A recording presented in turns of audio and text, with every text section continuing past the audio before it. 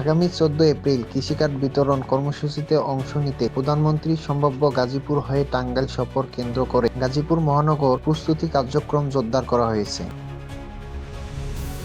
কিশোরগঞ্জ জেলার ইটনা উপজেলায় সরকারি কলেজের জায়গা কৌশলে দখল করে নিচ্ছেন উপজেলা বিএনপির সভাপতি এস.এম. কামাল হোসেন।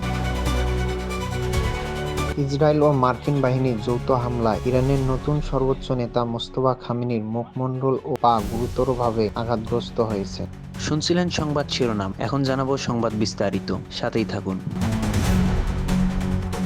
প্রধানমন্ত্রী এই গুরুত্বপূর্ণ সফরের সামনে রেখে নগরের উন্নয়ন কার্যক্রম, পরিচ্ছন্নতা এবং অবকাঠামোগত প্রস্তুতি তদারকিতে মাঠে সক্রিয় রয়েছে গাজীপুর সিটি কর্পোরেশনের প্রশাসক মোহাম্মদ শওকত হোসেন সরকার। শনিবার সকাল ৯টা ৩০ মিনিটে তিনি মহানগরের যোগীতলা এবং চন্দনা এলাকায় চলমান রাস্তা ও ড্রেন নির্মাণ ও সংস্কার কাজের অগ্রগতি সরেজমিনে পরিদর্শন করেন। এ সময় স্থানীয় বাসিন্দাদের বিভিন্ন সমস্যা মনোযোগ দিয়ে শোনেন এবং দ্রুত কার্যকর সমাধানের আশ্বাস প্রদান করেন। পরবর্তীতে ভোগড়া বাইপাস এলাকায় রাস্তার ময়লা অপসারণ এবং সৌন্দর্যধন কার্যক্রম তদারকি করে সংশ্লিষ্ট আরও গতি ও মান নিশ্চিত করার নির্দেশ দেন, যাতে প্রধানমন্ত্রীর সফরের আগেই নগরের গুরুত্বপূর্ণ সড়কগুলো পরিচ্ছন্ন ও দৃষ্টিনন্দন রূপ পায়।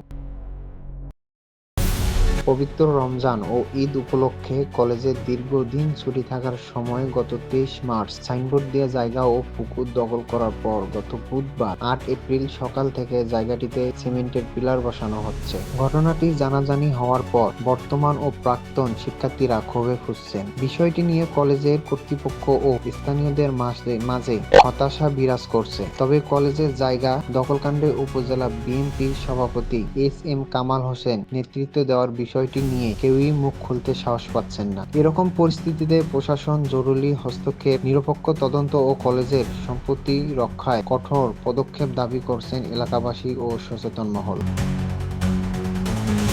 ইরানের নতুন সর্বোচ্চ নেতা মোস্তফা খামেনির মুখমণ্ডল ও পা গুরুতরভাবে আঘাতপ্রাপ্ত হয়েছে। এসব থেকে সেরে উঠতে এখনও তিনি চিকিৎসাধীন রয়েছে। তার ঘনিষ্ঠ মহলের ৩ জন ব্যক্তির বরাতে বার্তা সংস্থা রাইটার্স এই তথ্য জানিয়েছে। সূত্রগুলো জানিয়েছে, হামলায় খামেনির মুখমণ্ডল বিকৃত হয়েছে, সেই সঙ্গে তার একটি পা বা উভয় পায়ে গুরুতর জখম হয়েছে। নাম প্রকাশে অনিচ্ছুক একজন বলেছেন, ৫৬ বছর বয়সী মোস্তফা খামেনি তার ক্ষত সেরে উঠেছেন। মানসিকভাবে তিনি তীক্ষ্ণ আছেন। সূত্রে ২ জন ব্যক্তি বলেছেন, অডিও কনফারেন্সের মাধ্যমে মোস্তফা খামেনি সিনিয়র কর্মকর্তাদের সঙ্গে বৈঠক করেছেন এবং প্রধান ইস্যু নিয়ে সিদ্ধান্ত গ্রহণ প্রক্রিয়া যুক্ত থাকছেন।